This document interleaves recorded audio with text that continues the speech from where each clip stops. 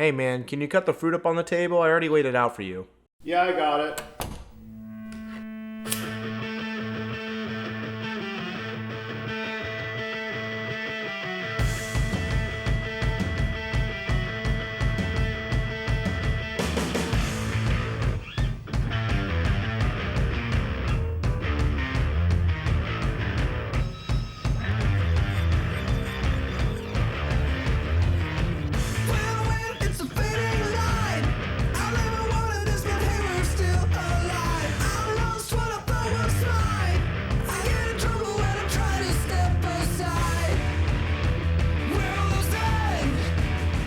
Have you always wanted to be a fruit ninja, but the painful truth is that you have no clue on how to use a chef knife?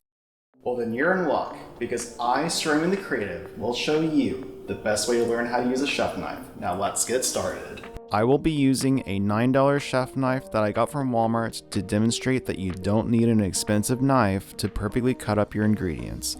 To grip the knife with the most control over your blade, pinch the blade just above the handle and wrap your remaining fingers around the handle. It is important to note that when using a chef knife, only certain parts of the blade will be making contact with the cutting surface based on the angle that the blade has with that cutting surface. In other words, to get a clean cut, you either need to drag the blade through the ingredient at a constant angle or leave the blade in place and rock it to vary the angle. It is important that you keep every part of your body out of the path of the blade.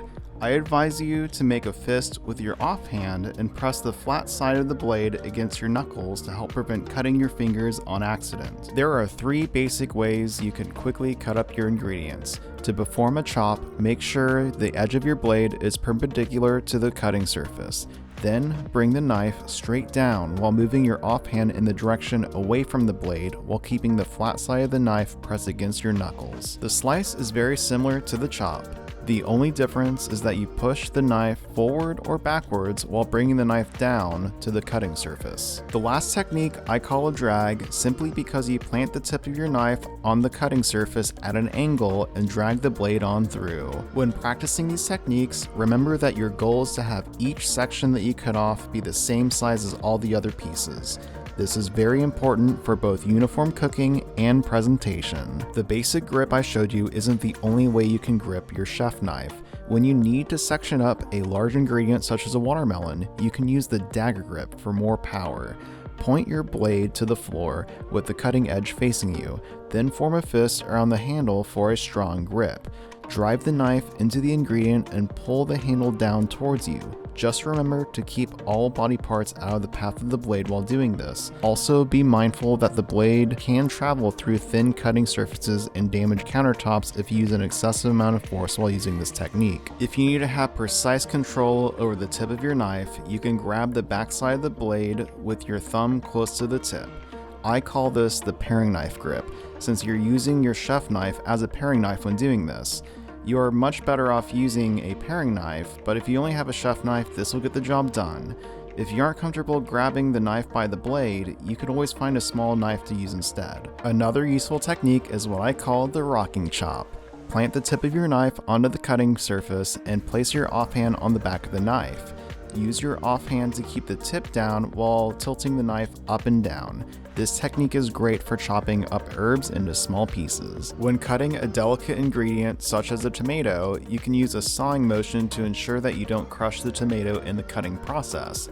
Move the edge of the blade back and forth on the skin of the tomato until the skin is cut through. Then you can apply more pressure and finish the cut. Using a chef knife is a skill that takes practice. The more experience you have with a chef knife, the better your cuts will come out and the faster you will be. Learning how to use a chef knife is not only a critical skill when cooking and preparing food, but will also give you an understanding on how blades work in general.